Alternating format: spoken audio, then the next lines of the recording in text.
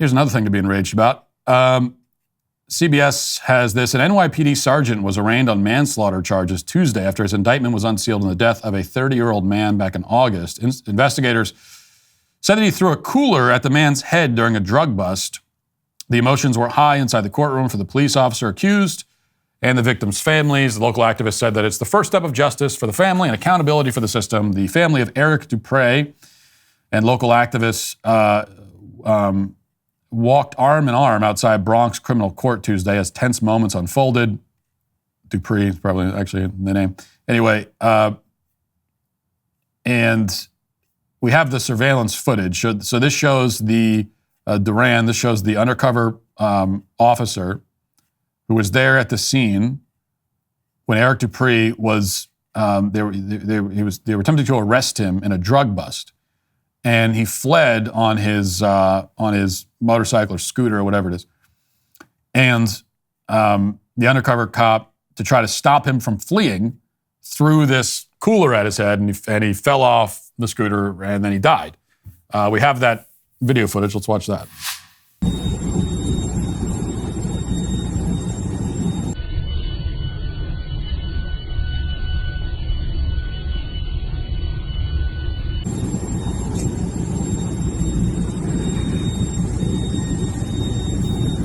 Okay.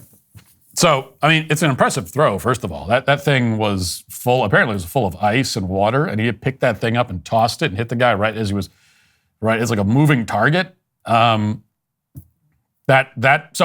in a sane world, what you'd be doing, because you got an undercover cop, you got this criminal who's trying to flee from the scene of a crime, and there's pedestrians and there's kids all around, it's a park, it's a dangerous situation already. When you get into a high-speed chase situation, it puts people's lives in jeopardy. And so you got this undercover cop who's going above and beyond the line of duty, and he's able to just MacGyver it and use what's around in his surroundings to stop this guy. And so in a sane country, not only are you not charging him with manslaughter, but you are giving him an award, right? So if it was up to me, I'd be inviting this guy and I'd be pinning a medal on him. For going above and beyond in the line of duty. But we don't live in a sane society, especially not in New York, so instead he's being charged with manslaughter. And it's obviously an outrage. It's the fact that they're going after this guy for not only doing his job, but again, going above and beyond to protect his community and subdue a criminal. It's enraging. And really, these situations are remarkably simple, or they should be. Like, people act like they're complicated, but it's not. It's actually very simple. And that is that if you get injured or killed by the police while you are in the process of committing a crime or fleeing from the scene of one, it is almost always your fault. And that is what the law should say. And that's how the court system should treat it. That if you get injured or killed by the police when they're trying to stop you from committing a crime or detain you under suspicion of a crime, you get injured or killed, it's almost always your fault. Now, only in the absolute most egregious, most radically outlier kinds of circumstances could it be anyone's fault but yours. So if this is who was it down in Phoenix? Daniel Shaver. This is like a Daniel Shaver situation where you have someone who is the suspect, and they have their hands up, kind of what they claimed happened to Michael Brown, but that was all a lie. Hands up, complying, right? And then they're just executed on the spot by the police. Well, that's one thing. Then clearly in that case, there should be criminal charges. But outside of that, it's on you, man. Like, it should be on you. That's your fault.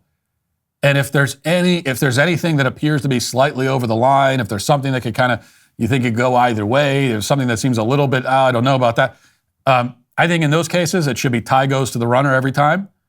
And in this case, the runner is the one who's not running. It's the police, right? That should be, if there's any kind of like slightly, well, I don't know. And in this case, on this one, I don't think there's anything that's over the line. I don't think it's anything that's confusing, anything about it that should give you any pause at all. It's pretty simple. This guy's committing a crime, suspected of committing a crime. They're trying to detain him. He runs away. He's on a scooter. And so they knocked him off of it. And then he died in the process. Whose fault is that? What are they supposed to do? Just follow you until the gas runs out? And this is, by the way, this is standard. Now, using a cooler is not standard police procedure. That was just him being him being innovative. But ramming into a car that's fleeing, putting spikes down, all different kinds of ways. And in any situation like that, if somebody is in some kind of vehicle, whether it's a scooter, a motorcycle, a car, and they're fleeing, and you do anything to stop them against their will, it may injure them or kill them. Whose fault is that? As we head toward a presidential election in November, there's one thing you can be sure of. 2024 will be a tumultuous year. How will your hard-earned savings fare? Well, you're already seeing the impacts of inflation at the pump, at the grocery store. The dollar continues to lose its buying power faster than wages increase. How are you protecting your savings? Consider diversifying into gold from Birch Gold Group. For decades, gold has been the choice of investors and central banks to hedge against inflation. If you have an IRA or 401k from a previous employer that's just gathering dust, call Birch Gold, and they will help you convert it into an IRA in gold. You're not going to pay a penny out of pocket. They will simply convert that 401k into physical gold, which, unlike digital currency, cannot be tampered with.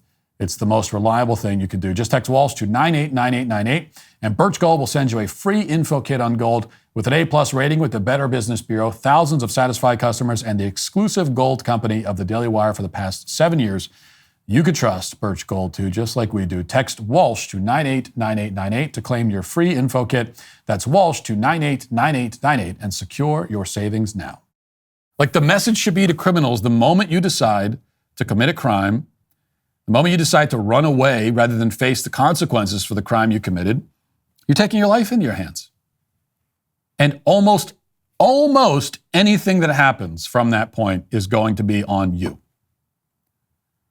Unless, again, it's the most egregious, most clear case of just an actual execution, which they always claim. BLM is always, he was executed. No, he wasn't. Okay, he wasn't. This guy's an idiot who got himself killed. And to be perfectly frank with you, it's not, it's a shame he threw his life away. It's always a shame. But is it a great tragedy for the community? Is the community, we always hear the community suffering. Are they really? Like, to have drug dealers and criminals that have taken themselves out of the picture by their own behavior? Is the community worse off now without them? Almost every single BLM martyr you can name, it's just an objective fact, I'm sorry, that their communities are better without them.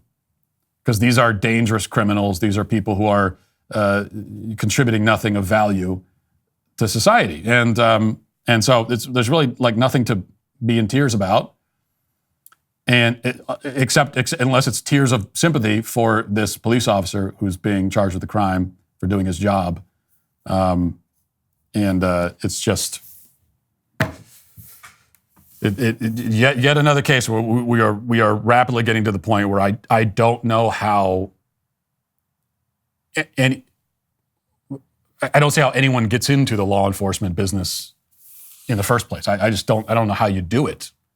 They are making it impossible to do, and of course that is by design.